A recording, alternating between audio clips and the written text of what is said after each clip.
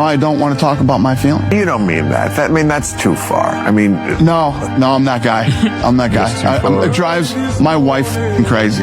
You know, when you talk about men's mental health and that men have to carry this burden and men have... Yeah, that's what we do. Guess what? Somebody's got to get up. I have a family, right? I have children. I got to get up every day and go to work, and I have to, do what I have to do. And no, I don't give a shit about my feelings. You see these guys these days on social media, like... Every day I get up, I go to work. Sometimes I don't feel like it. Some days I'm tired. Some days I'm in pain. But every day I get up and I get moving. My daughter hates it though. My daughter hates that I work so much. 1,000% hates it. But when she gets old enough to go out and experience the world and see how difficult it is for her peers to live day to day, she'll be so grateful that her father was able to build her a life of comfort, convenience, freedom, creativity, peace, that she didn't have to depend on love from a boyfriend or husband in order to live in her soft feminine skin. She'll know what male provision looks like, what male love looks like, what male protection feels like, and becoming a more disciplined man benefits your whole family. It gives them an example of what showing up every day looks like. And sometimes, even with your daughters, giving them tough advice. I love my daughter. If she gets emotional, I validate her feelings. I get her to a state where she can take in new information. And then I give her what the world sees and not just what she feels. Before we dive in, take a second to head over to lnscandleco.com and pick up our signature triple wick candles. LNS, light a wick, lower the noise. This is our family business built on quality, peace, and intention. These candles aren't just for decor, they shift the atmosphere. They bring a calm that men and women both need, especially in a world that is loud, chaotic, and constantly pulling your energy. Use code EMPOWERMENT for 15% off your order. Whether you're unwinding for work or just setting the tone in your home, LNS gives your space that grounded, elevated feel. Vibe higher with LNS. Hey, you know what I'm saying? Just talking about their bad day and this happened and I'm right. Man, shut the up. Oh, I know. Get up. Oh, I know. Get the work and do what you got to do and be a man. No. Be a man. Bro, please stop oversharing. If there's women that's watching this, that applies to you. Stop oversharing. No one cares about the details of the pains that you go through. Nobody cares that your sandwich was made wrong. Nobody cares that you have to go to work. Nobody cares that you're sleepy. Just get up and go do what you need to do. What happens to the days when people kept secrets? Y'all on the internet telling all of your intimate, intricate details of your relationship. People openly talking about having sex right in front of their parents and grandparents. Women spilling the tea, talking about how they're sleeping with married men and men in relationships and showing pride in breaking up happy homes. Men are on here spilling the coffee about crimes they're committing, who they're having sex with, and how if you're nice to a woman, you're a simp. Well, I guess I'm a simp then, bruh, because I'm kind to my wife and she's kind to me. I provide physical and mental support to her. She provides emotional and spiritual support to me. We grind, we progress, and we doing better than most of you singles out here. So me being kind to a woman either means that I'm going to be broke, because statistically, y'all singles are generating less income. So I'm going to be broke, lonely, trying to find a new woman to sleep with every couple of months, risking a burning penis or HIV. Give me that simp card, bruh. Give me that simp card. All right, right here. Give it to me. Because that don't make no damn sense. I'm sorry. That's not manhood. That's not masculinity. That's a stupid risk. Here's our next video. I hope it's motivating for you guys to get your mental right. If you're going through a tough spot right now, here you go. Your feelings are legitimately irrelevant. It's about how you execute. And that's why discipline is so important. If you can cultivate yourself into someone who will execute regardless of the doubt feelings, regardless of the frustration, regardless of the pain, regardless of what anybody says, regardless of how you feel, you're going to win. It is impossible to lose. It is impossible. Is it fun all the time? No. Does it make you feel good all the time? No. But the end result sure feels fucking good. It feels good when I wake up every day and I look around at what I've built and said, I could have quit all those times, but I didn't. Execution is something that it has to be understood. Execution is something that the CEO of Harbor Bank was about when I worked there. He used to say he needed people that would execute. He was basically saying, no matter the circumstance, no matter what our financial situation is, no matter what's going on at our house, no matter what, you come to work, you give your best, and you execute your task no matter what situations exist. A reason is an excuse. If you say it's just, the word just justifies. Justification means the same as an excuse. An excused absence is still an absence because you weren't there. So stop justifying, giving reasons, aka making excuses for this or that that's going on in your lives. There's people in the Special Olympics, people with both physical and mental disabilities going through and doing things every single day that the average human can't even dream of or imagine. We have to create a mentality in our community where people's ideas are supported and not laughed at. Criticism is welcome. Criticism is always welcome. The reason we welcome criticism is because we can decipher. We know when a hating ass comment is a hating ass comment and when a comment has some true constructive criticism.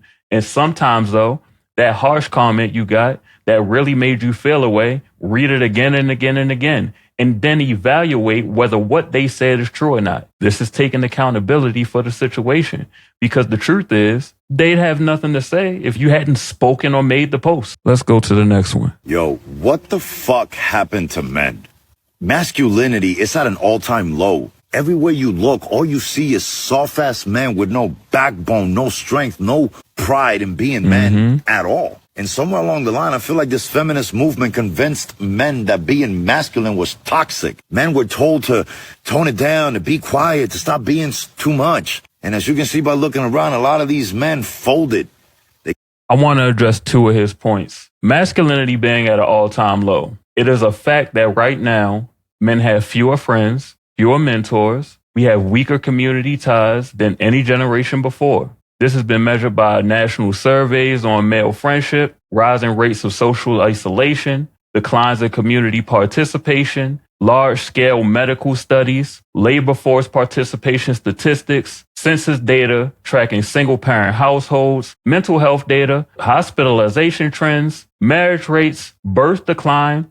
The list goes on and on. In addition to that, testosterone levels in men have dropped 25 to 50% since the 1980s. And that results in lower drive, lower discipline, confidence, resilience. Men's participation in the workforce has collapsed for men between the ages of 18 and 45. Fatherlessness is at a multi-generational high. Men are physically weaker than we've ever been. We have a decline in male resilience, and fewer men are leading, marrying, and starting families. I believe it has a lot to do with some of the pressure that men take on as we are being the financial providers. To remedy that, we need families. Let's go back in time. There was a time when money wasn't the end-all be-all.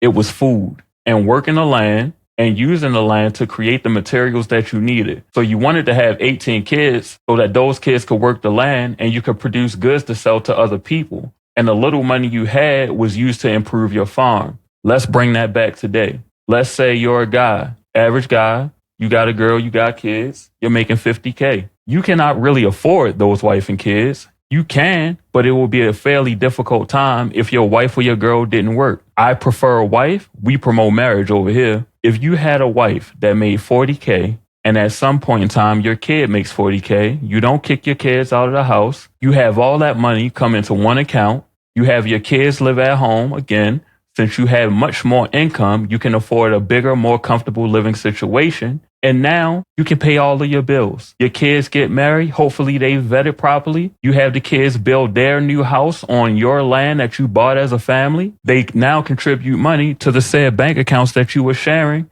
And now you all are living off the land. Hopefully they have kids that can push the dream forward. If y'all want to hear my full family compound idea, if you want to see how it will work for you, I'll have a channel show that's going to dive into legacy building in the future. Hopefully that releases late 2026. Here's his other point about the feminist movement.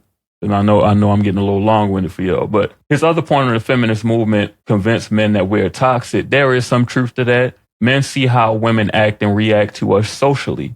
So we extrapolate that to all of the other aspects of life where we would interact with women and we adjust. We've adjusted too far to the feminine side. We've adjusted too far internally. Men are not hard anymore. Whoa, pause, bro.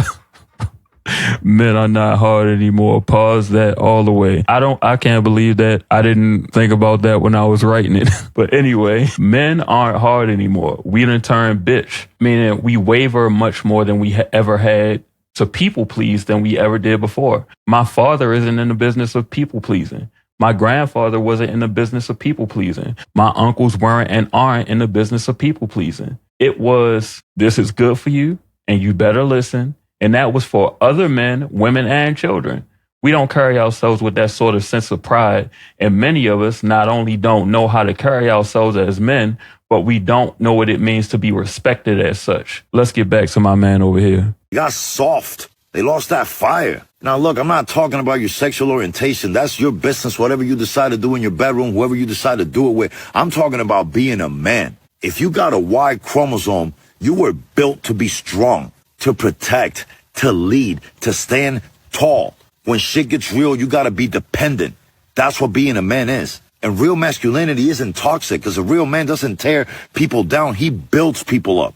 He builds his woman up. He creates a space for her where she can feel safe to be soft, where she can flow into her femininity. That's balance. But what do we got now? The women out here being the protectors, the handyman, the strength of the house. While these weak-ass, soft-ass men take a back seat, man, that's not progress. That's just ass backwards. My guy, you're supposed to be strong. You're supposed to be capable of unleashing violence if you need to protect us. Bro, there's couples out here where it's one thing to share the household load, but there's couples out here that are sharing what I would consider masculine responsibilities. Or the pipes burst.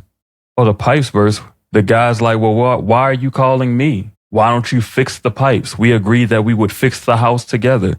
And that's just wild to me. But you know, right now, women are in the driver's seat, especially in the Black community. Here's the problem with that. It's a multifaceted problem, meaning there's more than one aspect from where the problem stems. This is an issue that has to be fixed by both men and women. From the masculinity side, we aren't stepping up.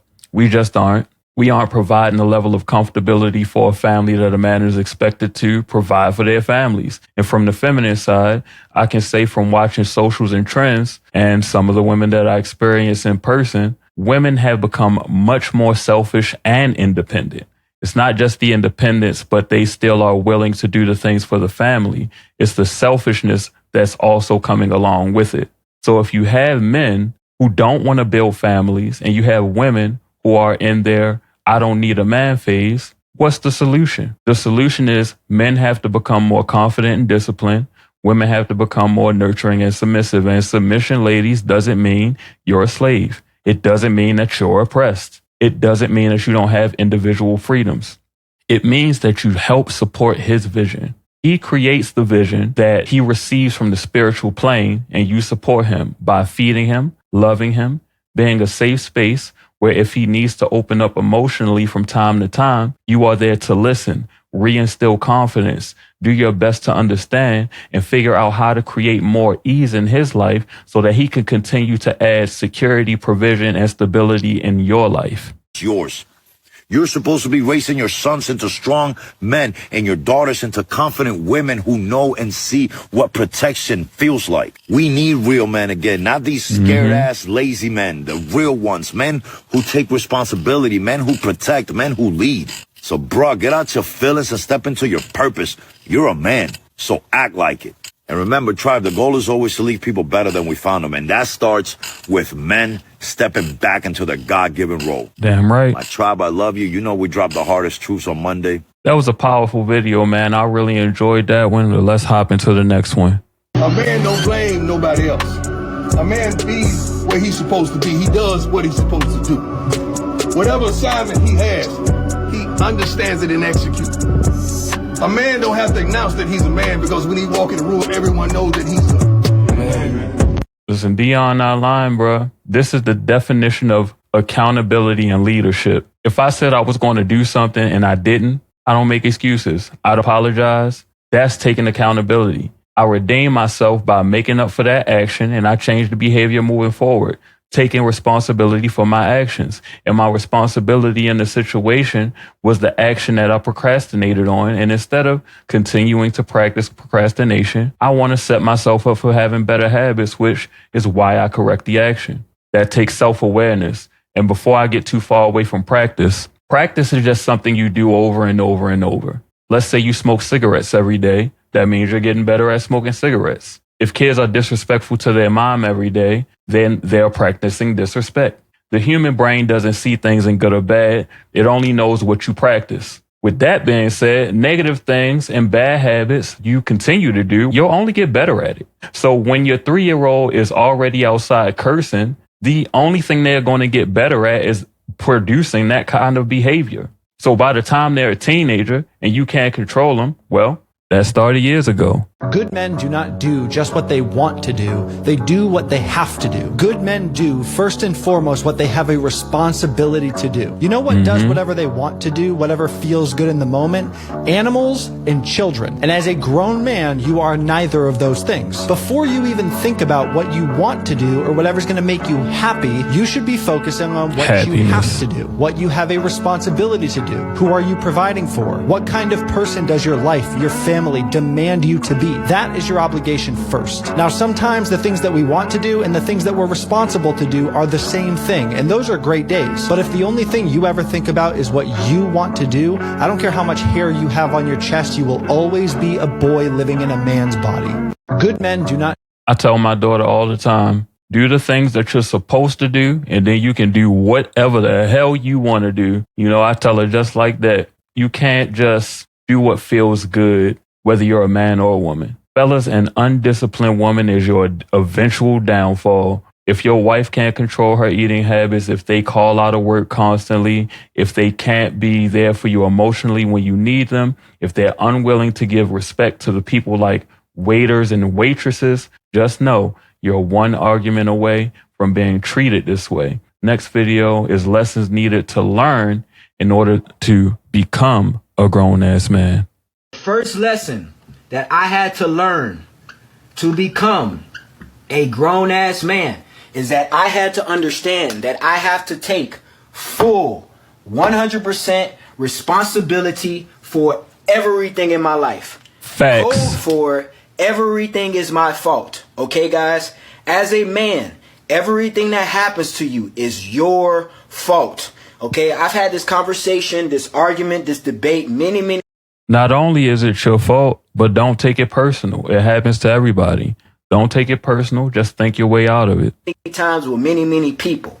And one thing that almost every single person that I've had this conversation with couldn't admit and couldn't come to peace with is that everything in their life is their fault.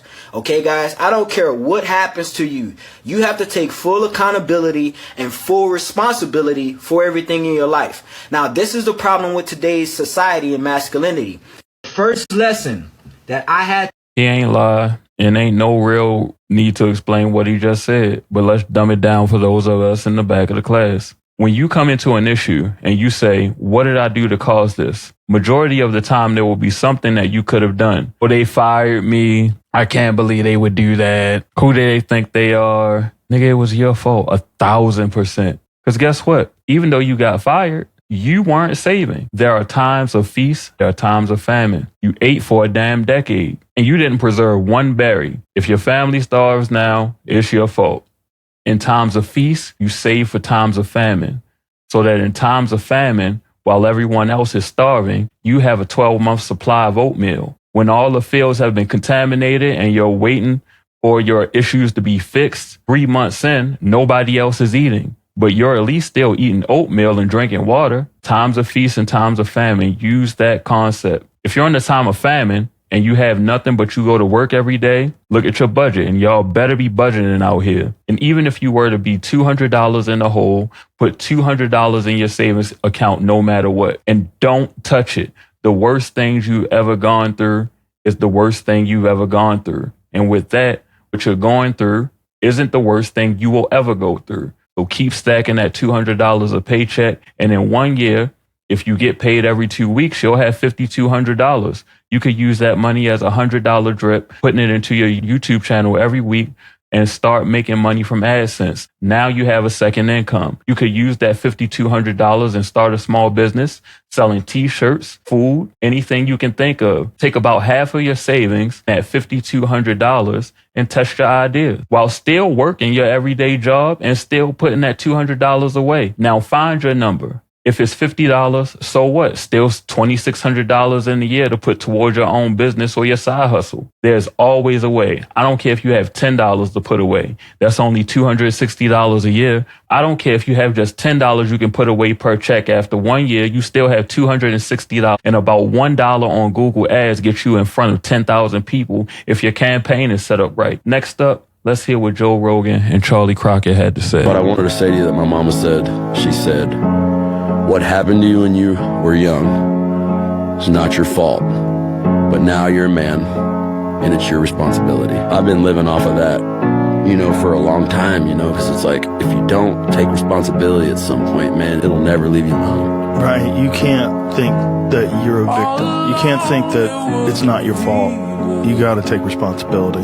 That's hard for people to accept when they know they've been victimized. When they know they've been dealt a shitty hand of cards, you can just kind of wallow in it. But that's a trap. That's a trap that'll fuck you up. Charlie Crockett's mama was a damn genius. Charlie Crockett's mama was a genius. What happened to you when you were a kid was not your fault, but now that you're a man, it's your responsibility. What happened to you was not your fault, but it's your responsibility to heal from it. This is for men and women, especially those of us with families, as well as those of us who are dating. You should not be dating if you are not a healed person. It is not someone else's job to heal you and make you feel better. Seek therapy, seek advice, take constructive criticism, and take good advice. This one was a powerful video. As a black person, I have been taught my whole life that I'm a victim. The white man is the cause. Me being black is the cause. The police are going to treat you this way or that way. You can't climb up to this point. My question has always been, why not? I know many of my people won't agree, but America is the greatest country on the planet. And I have this opinion not because racism doesn't exist here, not because we have free health care, not because we care about people in general, but because this is the only place I know of. No matter if you were born poor or born rich, you have equal opportunity. Let's say, and we know that it is corrupt, but let's say the system is corrupt. All white people are racist. Rich people are hogging all the resources. What are we going to do about it? And I don't mean marching and getting laws changed, but that is part of it. But how are we as a people doing what we can do within the laws and within the confines of these systems to ensure that we progress and move our culture and our people into a more advantageous position? When are we going to drop the hip hop music, the rampant vanity? And it's funny because black people, we're not just vain, but we're also indecent. I didn't even know that these two things could live in the same house. But again, back to my example last episode, dudes out here, tank tops, pants buttoned at the thigh, and a Versace belt. Women out here, extra long fingernails, tapping on every damn thing in sight, annoying everybody, chewing gum, talking loud, talking fast, but she wearing a designer purse and some designer shoes. If me speaking on these things make me a sellout, call me a sellout. I guess I'll be a simp and a sellout. Names really mean nothing to me, and somebody got to say it. Now, one of the major areas that black men need a boost is our leadership skills. And that's what we're going to discuss in these next few videos. True leadership is not about control. It's about service. Secondly, true leadership is not about power. It's about empowerment. Most followers would say about their leader, that's a powerful person. Well, you just exposed the fact that they are not a true leader. A true leader will have followers who say the opposite. That person empowered me. That person made me great. That's a true leader. Number three, leadership is not about manipulation, it's about inspiration. Inspiring people is the highest form of true leadership. True leaders don't manipulate, they inspire people. Leadership as a service.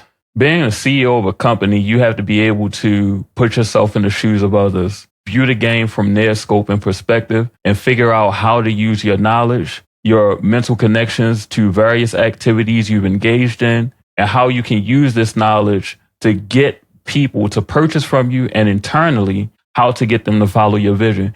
This is how we have to start treating our houses. If you're a husband or father or boyfriend and you're trying to get your house in order, stop being angry, put the anger to the side, and lead with your patience. Leading with your anger doesn't leave the impression that you think it leaves. I've led with my anger. It's not something that I'm proud of, but here's what I've learned from it. It's okay to display your frustration or your disappointment with people, but you also have to tell them what you love about them, tell them that they make a difference in your life. You listen to them to figure out what motivates them, figure out their general thought patterns, and analyze how you can use their talents and personalities to mutually benefit you and the person that you're dealing with, whether it's your wife, your son, or your daughter, even your nieces and nephews. I'm going through a portion of my life where I truly understand the importance of confidence. And if we're leading with our frustration, sometimes we take away their confidence. But if we build the confidence of those around us, it endears them to us. Your wife complaining about her day, validate her, tell her that she's doing a great job, and offer a little support. Hey, babe, I'm sorry you're having a bad day. I'm busy doing XYZ at the moment, but I would be more than happy to talk with you after I'm done what I'm doing. Trust me, that'll save you a lot of headaches and a lot of energy. So we're going to head into the next video. Anger. That's the one area I know for sure that black men need to work on. And I do believe that out of all the expectations placed on our shoulders, emotional development and inner peace aren't at the forefront. So now you have a generation of men, or generations of men, who have never seen emotional health as paramount. And what happens is that lack of discipline manifests itself in other ways. And one of the worst ways I've seen is when our tempers flare. Like, we display a lack of empathy in our words, a lack of control in our actions, and a lack of remorse in the aftermath. And that's why I tell my bros, man, if nothing else, do not act out of anger, bro. Because a woman can make peace with many things, but the one thing that will stay with her is the image of you raging, infuriated, and showing how you handle her when things aren't going your way. I've been angry. I've thrown things out of anger, and I'm not proud of those things. It's probably some of the lowest points of my life if I've gotten to that point. And it's not a violent anger towards people. It's just I don't know what to do with my anger sometimes. Sometimes you come in, you feel like your wife is going off, the kids are acting crazy. I can't fight either one of them. So what do I do with this anger? And for me, I've been putting my anger into my work. I've been putting my sexual desires into my work. And when I say my work, I'm not talking about my job where I go to make my money at my 9 to 5. I mean, building my legacy, this channel, my social media presence, stacking IT certifications so that I can move my IT career forward. If I am angry and I need to talk, I call my dad or I call one of my OGs. I do not hang around people or take advice from people who are not married or in relationships or have been through a similar situation that I've been in. I do not do business or associate myself with liars, cheaters, or thieves. If you're over 40, on the brink of 40, and you're still lying and cheating on your girl and not focusing on your family and your money, I can't ride with you, nigga. You got to keep moving. I don't want none of those negative spirits around me, bruh. Every one of those thoughts that comes into your head, that comes from an entity, or at least that's a theory that's out there. If you're around someone every day who's selling drugs, eventually you may find it attractive, especially if you fall on hard times. But let's say you're around a person that owned a bakery. Now instead, when you fall on hard times, hey bro, I'm a little broke. I need some help. Let me come work in the bakery for a little bit until I get back on my feet.